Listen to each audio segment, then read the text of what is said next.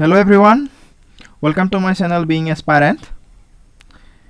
Today in this video, I am going to discuss about 30 important questions of Indian polity and constitution. And this is part 2.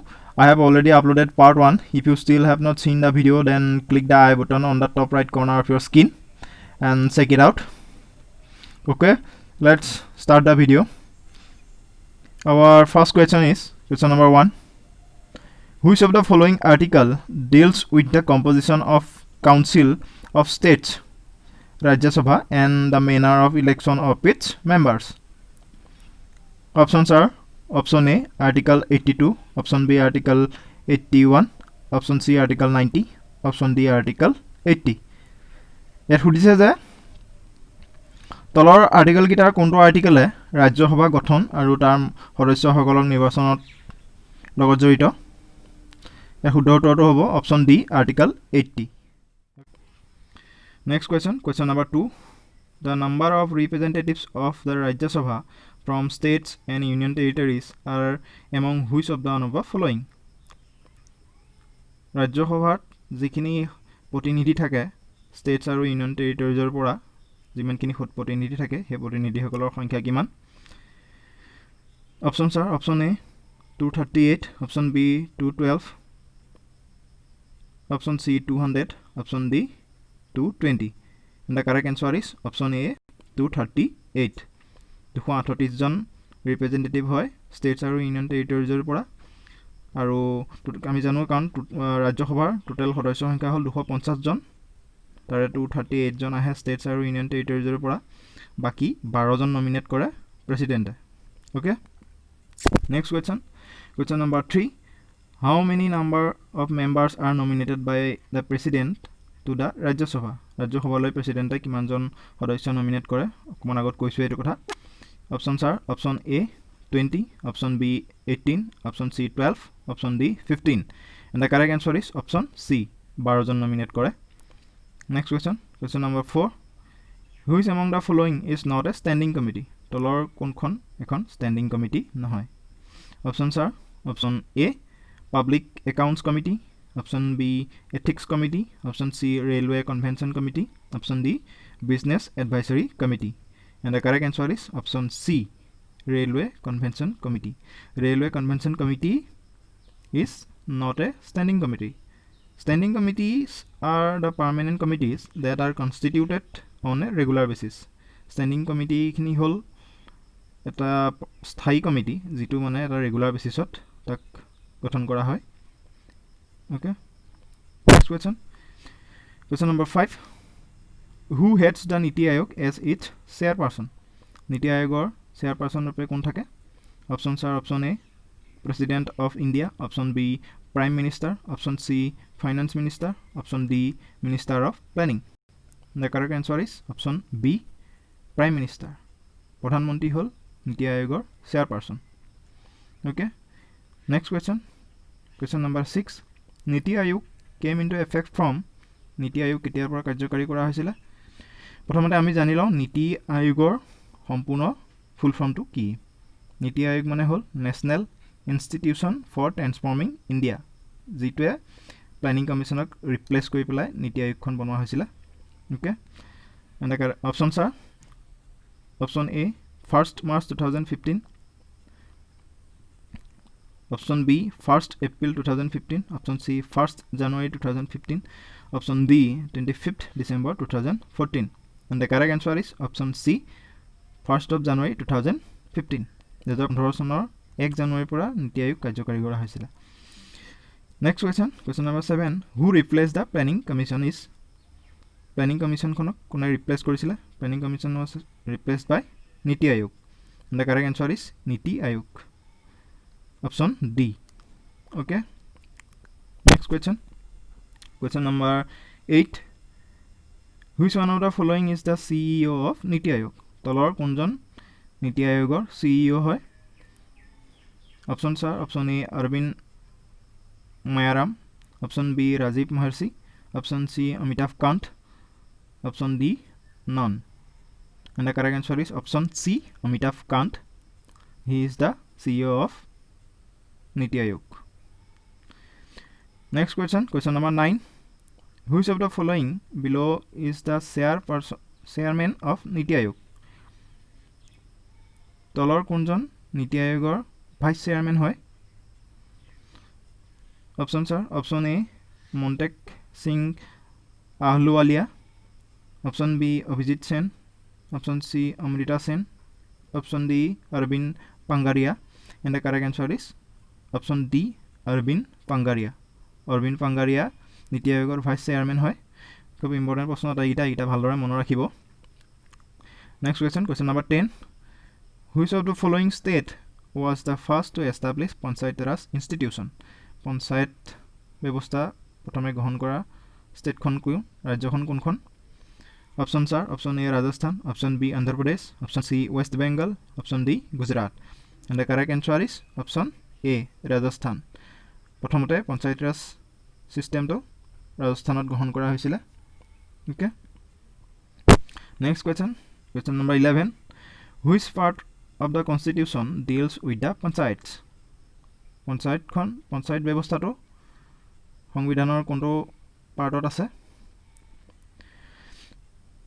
Options are option A part 9, option B part 10, option C part 8, option D part 11, and the correct answer is option A part 9. There are 12 part in our constitution, jare 11th or 9th part to panchayat raj ব্যৱস্থাৰ বিষয়ে উল্লেখ কৰা আছে। Okay, next question, question number 12. Which of the following states have no Panchayat Raj institution at all? তলৰ কোনখন ৰাজ্যত পঞ্চায়ত ৰাজ ব্যৱস্থা totally নাই? Options are option A Nagaland, option B Assam, option C Kerala, option D Tripura, and the correct answer is option A Nagaland. নাগালেণ্ডত পঞ্চায়ত ব্যৱস্থা totally নাই। Okay, question number 13.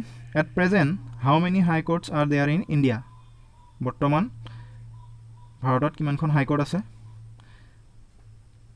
Options are option A 25, option B 21, option C 28, option D 29, and the correct answer is 25. আগতে 21খন আছিল হাই court, বৰ্তমান 25খন আছে। Okay, important question, মনত ৰাখি যাব। Next question, question number 14. Which one of the following article deals with the appointment of judges? তলৰ কোনটো আৰ্টিকলে জাজৰ এপইণ্টমেণ্টৰ লগত জড়িত, নিযুক্তি দিয়াৰ লগত জড়িত? Options are option A Article 214, option B Article 217, option C Article 226, option D Article 216, and the correct answer is option B Article 217. 217 number আৰ্টিকলটো জাজৰ নিযুক্তি দিয়াৰ লগত জড়িত।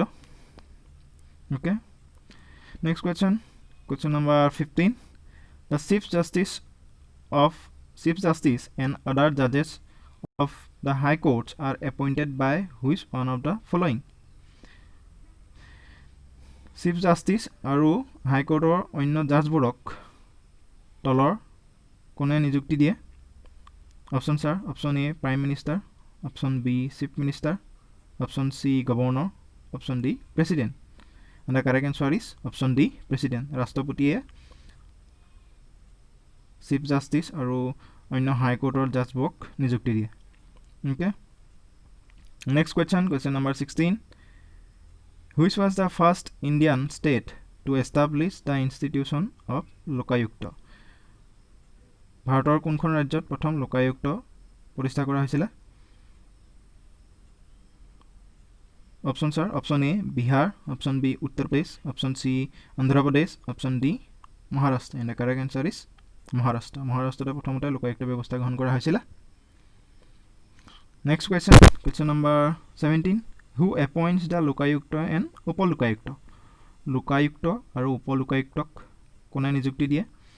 Options are option A Governor of the state, option B Chief Minister, option C Speaker of the Lok Sabha, option D Judge of High Court, and the correct answer is Governor of the state. এখন ৰাজ্যপালে লোকায়ুক্ত আৰু উপলোকায়ুক্তক নিযুক্তি দিয়ে। Next question, question number 18.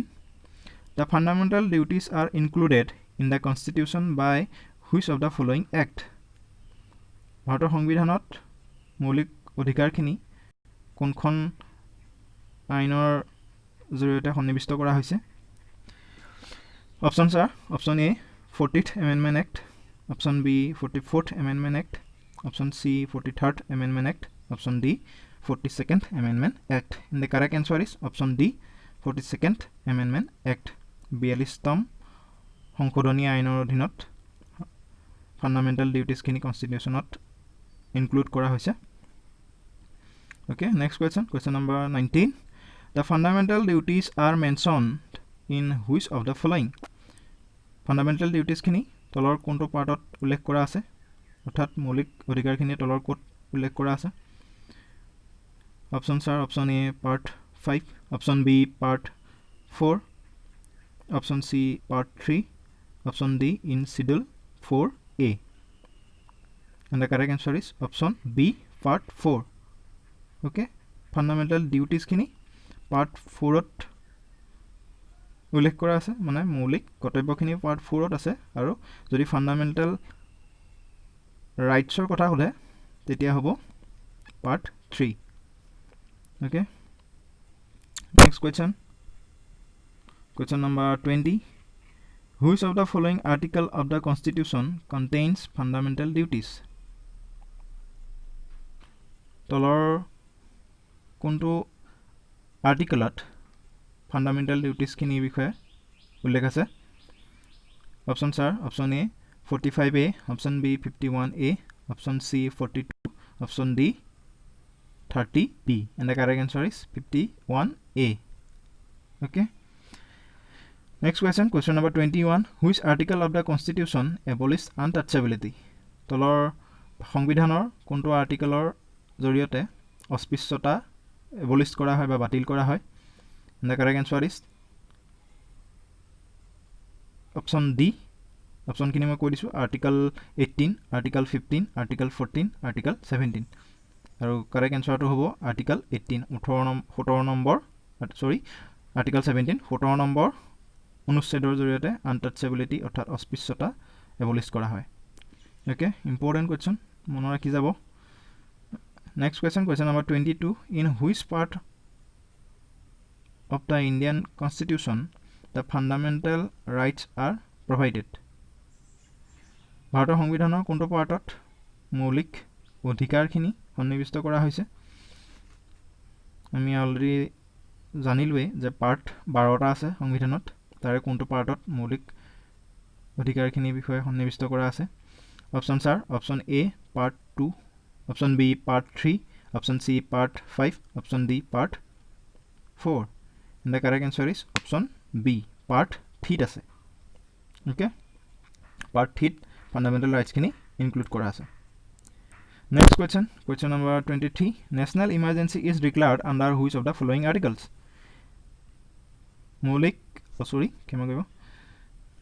National emergency অৰ্থাৎ ৰাষ্ট্ৰীয় emergency কোনটো আৰ্টিকলৰ আণ্ডাৰত declare দিয়া হয় বা ঘোষণা কৰা হয়? Options are option A article 358, option B article 352, option C article 359, option D article 360. And the correct answer is option B article 352. There are 3 emergencies in our constitution. এটা হ'ল national emergency, এটা হ'ল state emergency, এটা হ'ল financial emergency. আৰু national emergency declare কৰা হয় under article 352, আৰু financial emergency ডিক্লেয়াৰ কৰা হয় আণ্ডাৰ 360, আৰু state emergency ডিক্লেয়াৰ কৰা হয় under article 356. Okay, next question number 24. Proclamation of emergency under article 352 is issued by which one of the following? 352 number আৰ্টিকলৰ অনুসৰি যেটো ইমাৰ্জেন্সি ডিক্লেয়াৰ কৰা হ'ব অৰ্থাৎ নেশনাল ইমাৰ্জেন্সি কোনে ডিক্লেয়াৰ কৰিব পাৰে?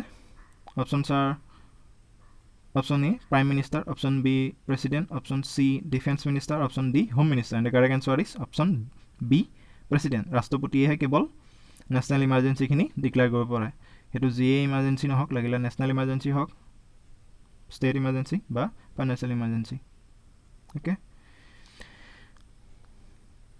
Next question number 25. Financial emergency is imposed under article. Financial emergency কোনটো আৰ্টিকলত include কৰা হৈছে অপশনছ are option A article 354 option B article 365 option C article 367 option D article 360 and the correct answer is option D article 360 okay 360 number অনুচ্ছেদত financial emergency imposed kora hoise next question number 26 in the real sense the governor of state is appointed by the president on the advice of the following ekon rajyor governor presidente kar poramorho onukori appoint kore options are option A prime minister option B chief minister option C vice president option D chief justice and the correct answer is option A prime minister poramorho mote প্ৰেসিডেন্টে এখন ৰাজ্যৰ যিজন গভৰ্ণক হেজনক নিযুক্তি দিয়ে okay next question number 27 the governor of the state can be removed by which one of the following এখন ৰাজ্যৰ গভৰ্ণক কোনে আঁতৰাব পাৰে বা কোনে নিলম্বিত কৰিব পাৰে options are option A chief minister option B prime minister option C Union Home Minister option D President and the correct answer is President kebol rashtrapatiye he governor janok remove koribo pare next question number 28 among which of the followings are appointed by governor tolor kak ba tolor kun janok rajyapalai nijukti dibo pare options are option A advocate general option B chief secretary of the state option C vice chancellors of the universities option D all of the above and the correct answer to hobo all of the above uporor ataikini advocate general ok governor nijukti die chief secretary of the state ok governor nijukti die aru amar university khini jikhini vice chancellor thake hekhini governor nijukti die okay yar to hobo all of the above important question bhaldore sai jabo next question number 29 which one of the following article deals with the governor of states rajya samuhor governor logot joito article to konto article hoy options are option A article 150 option B article 153 option C article 165 option D article 167 and the correct answer is option B article 153 okay article 153 deals with the governor of the states 153 number অনুচ্ছেদটো ৰাজ্যসমূহৰ গভৰ্ণৰৰ লগত জড়িত next question and the last question of this video question number 30 the executive power of the union is vested in which one of the below okay unionৰ যিটো কাৰ্যকাৰী ক্ষমতা হেতু কাৰ হাতত থাকে বা কাৰ হাতত দিয়া হয় হেতু ক্ষমতা options are option A prime minister option B home minister option C president vice president and option D president and the correct answer is option D president presidenter hatot ei executive power to thake unionor executive power to kebol president ok dia hoy okay azilo video to imanta hamorisu if you like the video then please like share and subscribe my channel and press the bell icon for more updates thanks for watching